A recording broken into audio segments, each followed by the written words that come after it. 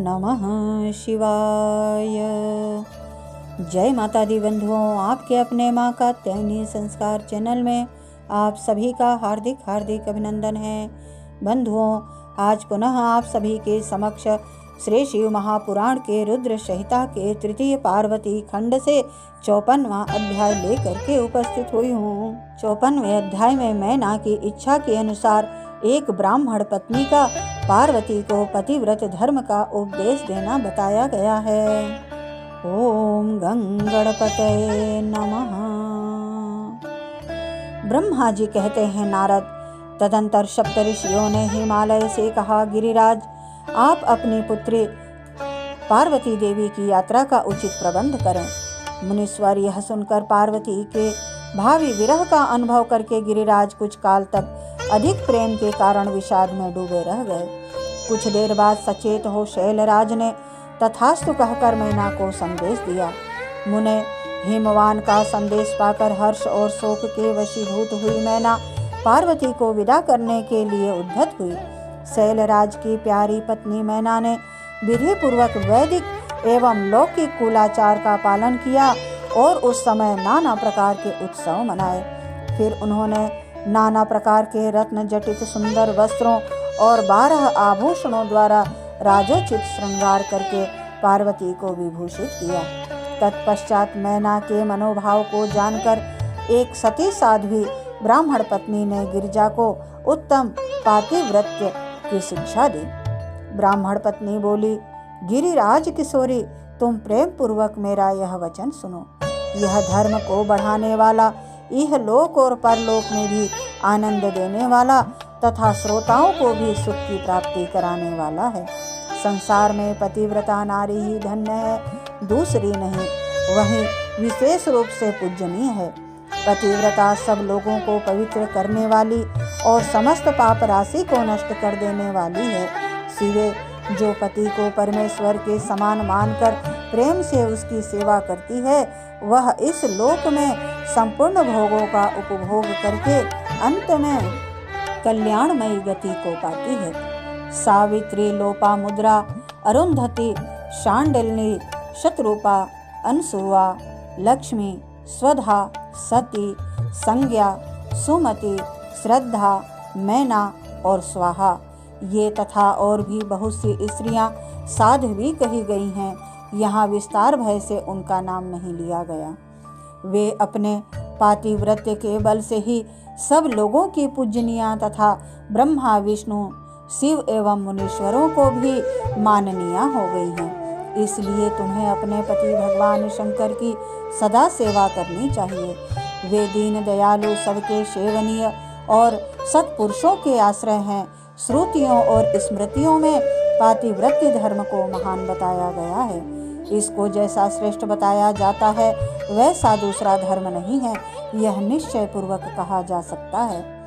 पातिव्रत्य धर्म में तत्पर रहने वाली स्त्री अपने प्रिय पति के भोजन कर लेने पर ही भोजन करे। सिवे जब पति खड़ा हो तब साध्वी स्त्री को भी खड़ी ही रहनी चाहिए। शुद्ध बुद्धि वाली साध्वी स्त्री प्रतिदिन अपने पति के सो जाने पर सोए और उसके जागने से पहले ही जग जाए।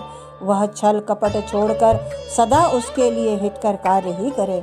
सिवे साध्वी स्त्री को चाहिए कि जब तक वस्त्राभूषणों से विभूषित न हो ले, तब तक वह अपने पति को पति की दृष्टि के सम्मुख न लाए। यदि पति किसी कार्य से परदेश में गया हो तो उन दिनों उसे कदापि श्रृंगार नहीं करना चाहिए। पतिव्रता स्त्री कभी पति का नाम न ले। पति के कटु वचन कहने पर भी वह बदले में कड़ी बात न कहे। पति के बुलाने पर वह घर के सारे कार्य छोड़कर तुरंत उसके पास चली जाए और हाथ जोड़ प्रेम से मस्तक झुकाकर पूछे, नाथ, किस लिए इस दासी को बुलाया है? मुझे सेवा के लिए आदेश देकर अपनी कृपा से अनुग्रहित कीजिए। फिर पति जो आदेश दे उसका वह प्रसन्न हृदय से पालन करे। वह घर के दरवाजे पर देर तक खड़ी न रहे, दूसरे के घर न जाए, कोई गोपनीय बात जानकर हर एक के सामने उसे प्रकाशित न करे। पति के बिना कहे ही उनके लिए पूजन सामग्री स्वयं जुटा दे। तथा उनके हित साधन के यथोचित अवसर की प्रतीक्षा करती रहे। पति की आज्ञा लिए बिना कहीं तीर्थ यात्रा के लिए भी न जाए। लोगों की भीड़ से भरी हुई सभा या मेले आदि के उत्सवों का देखना वह दूर से ही त्याग दे। जिस नारी को तीर्थ यात्रा का फल पाने की इच्छा हो, उसे अपने पति का चरणोदक पीना चाहिए। उसके लिए उसी में सारे तीर्थ और क्षेत्र हैं, इसमें संशय नहीं है। पतिव्रता नारी पति के उच्छिष्ट अन्न आदि को परम प्रिय भोजन मानकर ग्रहण करे और पति जो कुछ दे उसे महाप्रसाद मानकर सिरोधार्य करे। देवता, पितर, अतिथि, सेवक वर्ग, माँ, गौ तथा भिक्षुक समुदाय के लिए अन्न का भाग दिए बिना कदापि भोजन न करे। पातिव्रत्य धर्म में तत्पर रहने वाली गृह देवी को चाहिए कि वह घर की सामग्री को संयत एवं सुरक्षित रखे, गृह कार्य में कुशल हो, सदा प्रसन्न रहे और खर्च की ओर से हाथ खींचे रहे। पति की आज्ञा लिए बिना उपवास व्रत आदि न करे, अन्यथा उसे उसका कोई फल नहीं मिलता और वह परलोक में नरकगामिनी होती है। पति सुखपूर्वक बैठा हो या इच्छानुसार क्रीड़ा विनोद अथवा मनोरंजन में लगा हो, उस अवस्था में कोई आंतरिक कार्य आ पड़े तो भी पतिव्रता स्त्री अपने पति को कदापि न उठाए। पति नपुंसक हो गया हो, दुर्गति में पड़ा हो, रोगी हो, बूढ़ा हो, सुखी हो अथवा दुखी हो, किसी भी दशा में नारी अपने उस एकमात्र पति का उल्लंघन न करे। रजस्वला होने पर वह 3 रात्रि तक पति को अपना मुंह न दिखाए, अर्थात उससे अलग रहे। जब तक स्नान करके शुद्ध न हो जाए तब तक अपनी कोई बात भी वह पति के कानों में न पड़ने दे। अच्छी तरह स्नान करने के पश्चात सबसे पहले वह अपने पति के मुख का दर्शन करे, दूसरे किसी का मुंह कदापि न देखे अथवा मन ही मन पति का चिंतन करके सूर्य का दर्शन करे। पति की आयु बढ़ने की अभिलाषा रखने वाली पतिव्रता नारी हल्दी, रोली, कुमकुम, सिंदूर, काजल आदि, चोली, पान, मांगलिक आभूषण आदि, केशों का संवारना, चोटी गूंथना तथा हाथ कान के आभूषण, इन सब को अपने शरीर से दूर न करे। धोबिन, छिनाल या कुलटा, सन्यासिनी और भाग्यहीना स्त्रियों को वह कभी अपनी सखी न बनाए।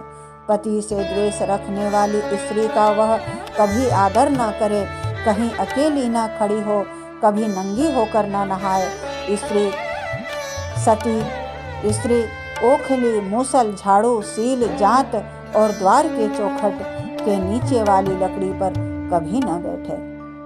मैथुन काल के सिवा और किसी समय में वह पति के सामने धृष्टा न करे।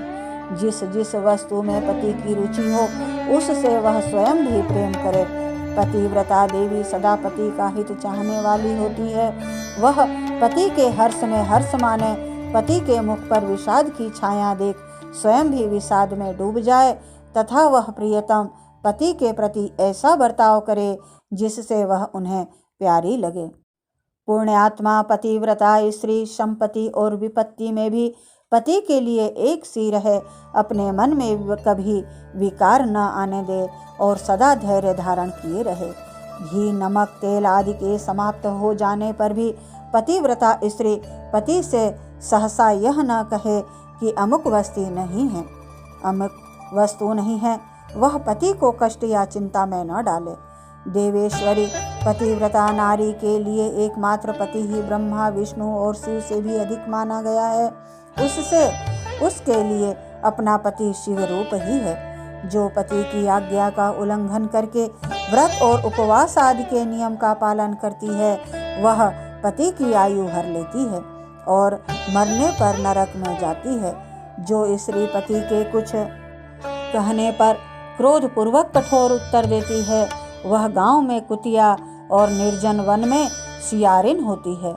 नारी पति से ऊंचे आसन पर न बैठे, दुष्ट पुरुष के निकट न जाए और पति से कभी कातर वचन न बोले, किसी की निंदा न करे, कलह को दूर से ही त्याग दे, गुरुजनों के निकट न तो उच्च स्वर से बोले और न हंसे। जो बाहर से पति को आते देख तुरंत अन्न, जल, भोज्य वस्तु, पान और वस्त्र आदि से उनकी सेवा करती है, उनके दोनों चरणों को दबाती है, उनसे मीठे वचन बोलती है तथा प्रियतम के खेद को दूर करने वाले अन्यान्य उपायों से प्रसन्नतापूर्वक उन्हें संतुष्ट करती है, उसने मानो तीनों लोकों को तृप्त एवं संतुष्ट कर दिया। पिता, भाई और पुत्र परिमित सुख देते हैं, परंतु पति असीम सुख देता है। अतः नारी को सदा अपने पति का पूजन, आदर, सत्कार करना चाहिए। पति ही देवता है, पति ही गुरु है, पति ही धर्म, तीर्थ एवं व्रत है। इसलिए सबको छोड़कर एकमात्र पति की ही आराधना करनी चाहिए। जो दुर्बुद्धि नारी अपने पति को त्याग कर एकांत में विचरती है या व्यभिचार करती है, वह वृक्ष के खोखल में शयन करने वाली क्रूर उल्लकी होती है। जो पराये पुरुष को कटाक्षपूर्ण दृष्टि से देखती है, वह पेंचा तानी देखने वाली होती है। जो पति को छोड़कर अकेले मिठाई खाती है, वह गांव में सुअरी होती है अथवा बकरी होकर अपनी ही विष्ठा खाती है। जो पति को तू कहकर बोलती है, वह गूंगी होती है। जो सोच से सदा ईर्ष्या रखती है, वह दुर्भाग्यवती होती है। जो पति की आंख बचाकर किसी दूसरे पुरुष पर दृष्टि डालती है, वह कानी, टेढ़े मुंह वाली तथा कुरूपा होती है। जैसे निर्जीव शरीर तत्काल अपवित्र हो जाता है, उसी तरह पतिहीना नारी भली भांति स्नान करने पर भी सदा अपवित्र ही रहती है। लोक में वह माता धन्य है, वह जन्मदाता पिता धन्य है तथा वह पति भी धन्य है जिसके घर में पतिव्रता देवी वास करती है। पतिव्रता के पुण्य से पिता, माता और पति के कुलों की तीन तीन पीढ़ियों के लोग स्वर्ग लोक में सुख भोगते हैं। जो दुराचारणी स्त्रियां अपना सील भंग कर देती हैं, वे अपने माता, पिता और पति तीनों के कुलों को नीचे गिराती हैं तथा इस लोक और परलोक में भी दुख भोगती हैं। पतिव्रता का पैर जहाँ जहाँ पृथ्वी पर स्पर्श करता है, वहाँ वहाँ की भूमि पापहारिणी तथा परम पावन बन जाती है। भगवान सूर्य, चंद्रमा तथा वायु देव भी अपने आप को पवित्र करने के लिए ही पतिव्रता का स्पर्श करते हैं और किसी दृष्टि से नहीं। जल भी सदा पतिव्रता का स्पर्श करना चाहता है और उसका स्पर्श करके वह अनुभव करता है कि आज मेरी जड़ता का नाश हो गया तथा आज मैं दूसरों को पवित्र करने वाला बन गया। भार्या ही गृहस्थ आश्रम की जड़ है, भार्या ही सुख का मूल है, भार्या से ही धर्म के फल की प्राप्ति होती है तथा भार्या ही संतान की वृद्धि में कारण है। क्या घर घर में अपने रूप और लावण्य पर गर्व करने वाली स्त्रियां नहीं हैं? परंतु पतिव्रता स्त्री तो विश्वनाथ शिव के प्रति भक्ति होने से ही प्राप्त होती है। भार्या से इस लोक और परलोक दोनों पर विजय पाई जा सकती है। भार्याहीन पुरुष देव यज्ञ, पितृ यज्ञ और अतिथि यज्ञ करने का अधिकारी नहीं होता है। वास्तव में गृहस्थ वही है जिसके घर में पतिव्रता स्त्री है। दूसरी स्त्री तो पुरुष को उसी तरह अपना ग्रास भोग्य बनाती है जैसे जरा अवस्था में राक्षसी। जैसे गंगा स्नान करने से शरीर पवित्र होता है, उसी प्रकार पतिव्रता स्त्री का दर्शन करने पर सब कुछ पावन हो जाता है। पति को ही इष्ट देव मानने वाली सती नारी और गंगा में कोई भेद नहीं है। पतिव्रता और उसके पति देव उमा और महेश्वर के समान है। अतः विद्वान मनुष्य उन दोनों का पूजन करे। पति प्रणव है और नारी वेद की ऋचा। पति तप है और स्त्री क्षमा। नारी सत्कर्म है और पति उसका फल। शिवे सती नारी और उसके पति दोनों दाम्पत्य धन्य हैं। गिरिराज कुमारी, इस प्रकार मैंने तुमसे पतिव्रता धर्म का वर्णन किया है। अब तुम सावधान हो। आज मुझसे प्रसन्नतापूर्वक पतिव्रता के भेदों का वर्णन सुनो। देवी, पतिव्रता नारियां उत्तमा आदि भेद से 4 प्रकार की बताई जाती हैं, जो अपना स्मरण करने वाले पुरुषों का सारा पाप हर लेती हैं। उत्तमा, मध्यमा, निकृष्टा और अति निकृष्टा। ये पतिव्रता के 4 भेद हैं। अब मैं इनके लक्षण बताती हूँ, ध्यान देकर सुनो। भद्रे, जिसका मन सदा स्वप्न में भी अपने पति को ही देखता है, दूसरे किसी पुरुष को नहीं, वह स्त्री उत्तमा या उत्तम श्रेणी की पतिव्रता कही गई है। शैलजे, जो दूसरे पुरुष को उत्तम बुद्धि से पिता, भाई एवं पुत्र के समान देखती है, उसे मध्यम श्रेणी की पतिव्रता कहा गया है। पार्वती, जो मन से अपने धर्म का विचार करके व्यभिचार नहीं करती, सदाचार में ही स्थित रहती है, उसे निष्कृष्टा अथवा निम्न श्रेणी की पतिव्रता कहा गया है। जो पति के भय से तथा कुल के कलंक लगने के डर से व्यभिचार से बचने का प्रयत्न करती है, उसे पूर्व काल के विद्वानों ने अति निकृष्टा अथवा निम्नतम कोटि की पतिव्रता बताया है। शिवे, ये चारों प्रकार की पतिव्रताएं समस्त लोकों का पाप नाश करने वाली और उन्हें पवित्र बनाने वाली हैं। अत्रि की स्त्री अनुसुईया ने ब्रह्मा, विष्णु और शिव इन तीनों देवताओं की प्रार्थना से पातिव्रत्य के प्रभाव का उपभोग करके वाराह के साप से मरे हुए एक ब्राह्मण को जीवित कर दिया था। शैल कुमारी शिवे, ऐसा जानकर तुम्हें नित्य प्रसन्नता पूर्वक पति की सेवा करनी चाहिए। पति सेवन सदा समस्त अभिष्ट फलों को देने वाला है। तुम साक्षात जगदम्बा महेश्वरी हो और तुम्हारे पति साक्षात भगवान शिव हैं। तुम्हारा तो चिंतन मात्र करने से स्त्रियां पतिव्रता हो जाएंगी। देवी, यद्यप तुम्हारे आगे यह सब कहने का कोई प्रयोजन नहीं है, तथापि आज लोकाचार का आश्रय ले मैंने तुम्हें सती धर्म का उपदेश दिया है। ब्रह्मा जी कहते हैं, नारद, ऐसा कहकर वह ब्राह्मण पत्नी शिवा देवी को मस्तक झुका चुप हो गई। इस उपदेश को सुनकर शंकर प्रिया पार्वती देवी को बड़ा हर्ष हुआ। ओम नमः शिवाय। इस प्रकार श्री शिव महापुराण के रुद्र संहिता के तृतीय पार्वती खंड से 54वां अध्याय पूर्ण हुआ। ओम नमः शिवाय। बंधुओं, यदि मेरा यह प्रयास आप सभी को अच्छा लगे तो प्लीज़ लाइक, शेयर व सब्सक्राइब करना ना भूलें। जय माता दी। ओम नमः।